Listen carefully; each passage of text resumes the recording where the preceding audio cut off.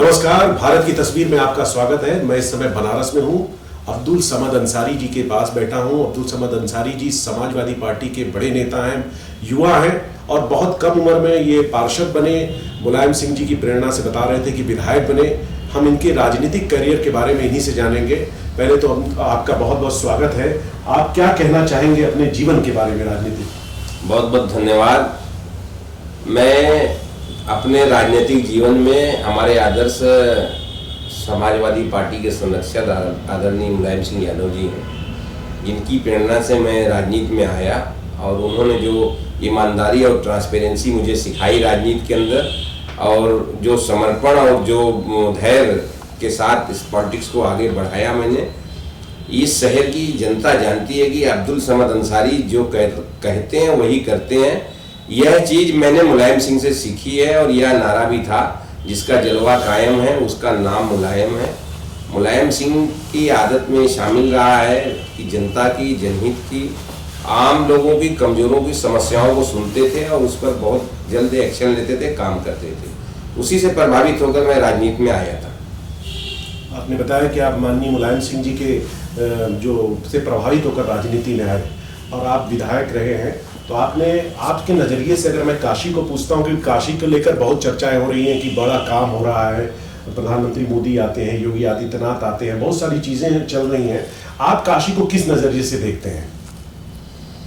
देखिए, काशी को एक धार्मिक केंद्र बनाने का इस भारतीय जनता पार्टी ने प्रयास किया है, जबकि काशी का पूरे विश्व में एक अलग महत्व रहा है। काशी गंगा जमुनी तहजीब के लिए भी जानी जाती है। काशी जो बहुत पुरानी जो है, दुनिया की सबसे पुरानी प्राचीन नगरी में काशी का नाम प्रथम है और हम तो बहुत गौरव महसूस करते हैं कि हम काशीवासी हैं। अब भारतीय जनता पार्टी सन 2014 में पूरे भारत में सत्ता में आई और काशी इसलिए फेम बना कि यहाँ के प्रधानमंत्री श्री नरेंद्र मोदी जी यहाँ के सांसद हुए, देश के प्रधानमंत्री बने, तो जनता को बहुत उम्मीदें थी। बनारस प्रसिद्ध है बनारसी साड़ियों के लिए, बनारस प्रसिद्ध है बनारसी पान के लिए। आज बनारस के अंदर आप देखिए कि कारोबारी हालात बहुत बद से बदतर हो गए। बनारसी साड़ियों का हाल बद से बदतर है। बनारसी साड़ी के कारीगर अब जो नाम मात्र बचे रह गए हैं, क्योंकि सरकार ने, भारतीय जनता पार्टी के नेताओं ने, जो यहाँ के लोकल पार्टी के नेता हैं, ये लोगों के पास जनता के जनहित के मुद्दे नहीं है। इस पे काम करने के लिए इनके पास टाइम नहीं है, जिसके कारण ये बनारसी कुटीर उद्योग जो है फल फूल रहा था, आज जो है संकट के दौर में है। तो मुलायम सिंह यादव ने सन 2005 के अंदर बुनकरों को बिजली पर सब्सिडी दी थी। हालांकि यह सब्सिडी अभी भी जारी है, मगर थोड़े थोड़े वक्त पर यह सरकार इनके साथ जो है छेड़छाड़ करती है और एक असमंजस बुनकरों में पैदा हो जाता है। तो प्रधानमंत्री तो करोड़ों करोड़ों का फंड दे रहे हैं इस शहर को, तो क्या आपको लग रहा है वास्तव में फंड दिया जा रहा है, या वो फंड प्रधानमंत्री मुहैया कराते हैं, जनता तक नहीं पहुंच रहा है, जनप्रतिनिधि बीच में कुछ इधर उधर कर रहे हैं? देखिए, पिछले दिनों ये कहा गया कि बनारस को 26,000 करोड़ का पैकेज दिया गया विकास के नाम पे।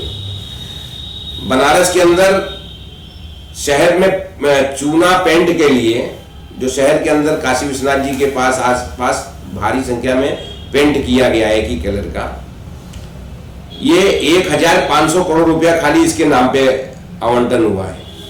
और आप देखिए पेंट की गुणवत्ता देख लीजिए, पेंट कौन कंपनी ने लिया है ठेका और कौन लोग इसको पेटी कॉन्ट्रैक्टर को बांट दिया। सिर्फ इसमें पैसे को लूटने की बंदरबार नजर आती है।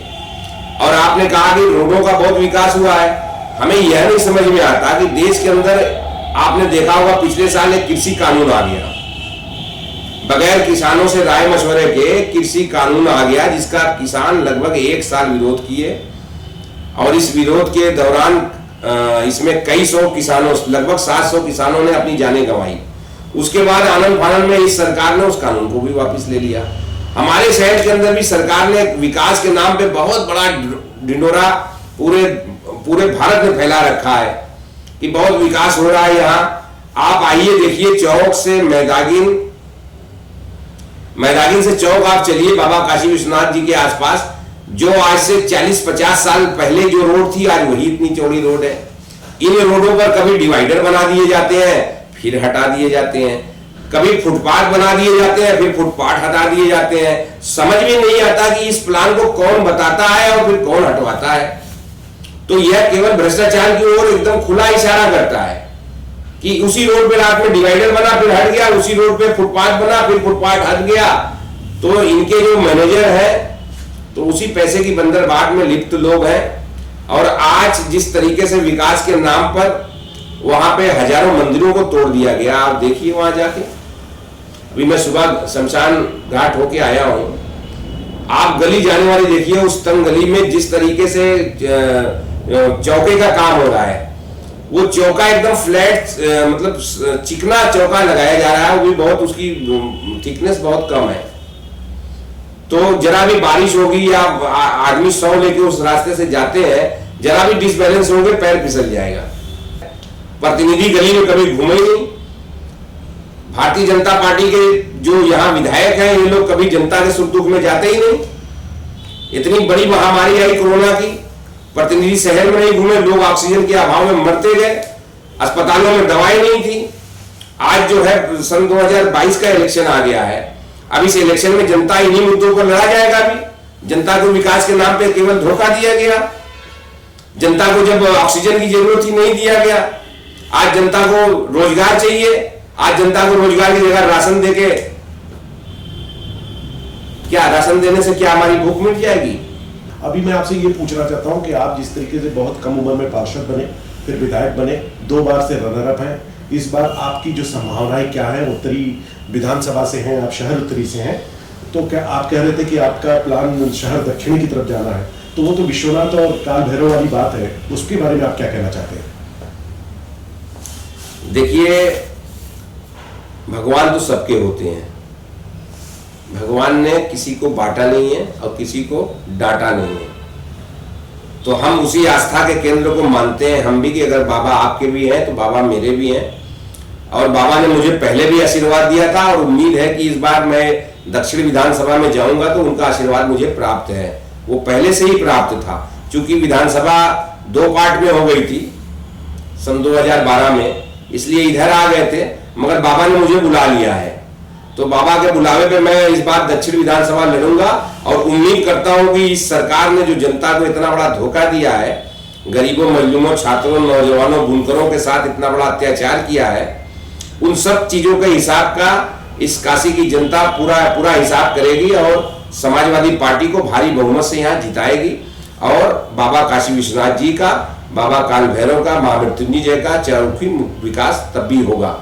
कि शिवपाल यादव जी इतने बड़े नेता थे, समाजवादी पार्टी को स्थापित करने में मुख्य रोल था मुलायम सिंह जी के साथ। अखिलेश यादव जो उनके भतीजे हैं और सीएम रहे हैं, और इस बार भी सीएम के दावेदार हैं सपा की तरफ से, जाहिर सी बात है।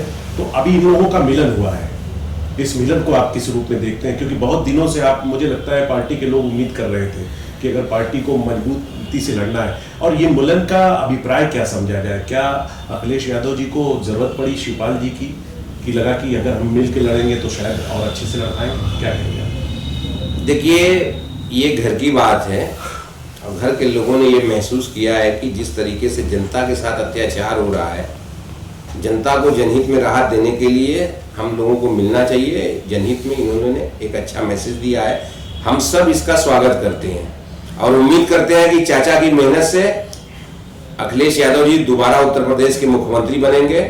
2022 में खेला भी हुई और खदेड़ा भी हुई। अब्दुल समद अंसारी, जो कि इनका मेन जो मैं समझ पाया, जो बुनकर समाज से खुद आते हैं और बड़े संघर्ष के बाद ये राजनीति में अपने आप को स्थापित किए हैं, और एक बार और ये पारी जो चुनाव है इसमें आएंगे, लड़ेंगे चुनाव, और उम्मीद कर रहे हैं कि, दावा कर रहे हैं कि अखिलेश यादव जी की सरकार बनेगी। आप बने रहिए भारत की तस्वीर के साथ। अगले अंक में हम किसी और शख्सियत से बात करेंगे।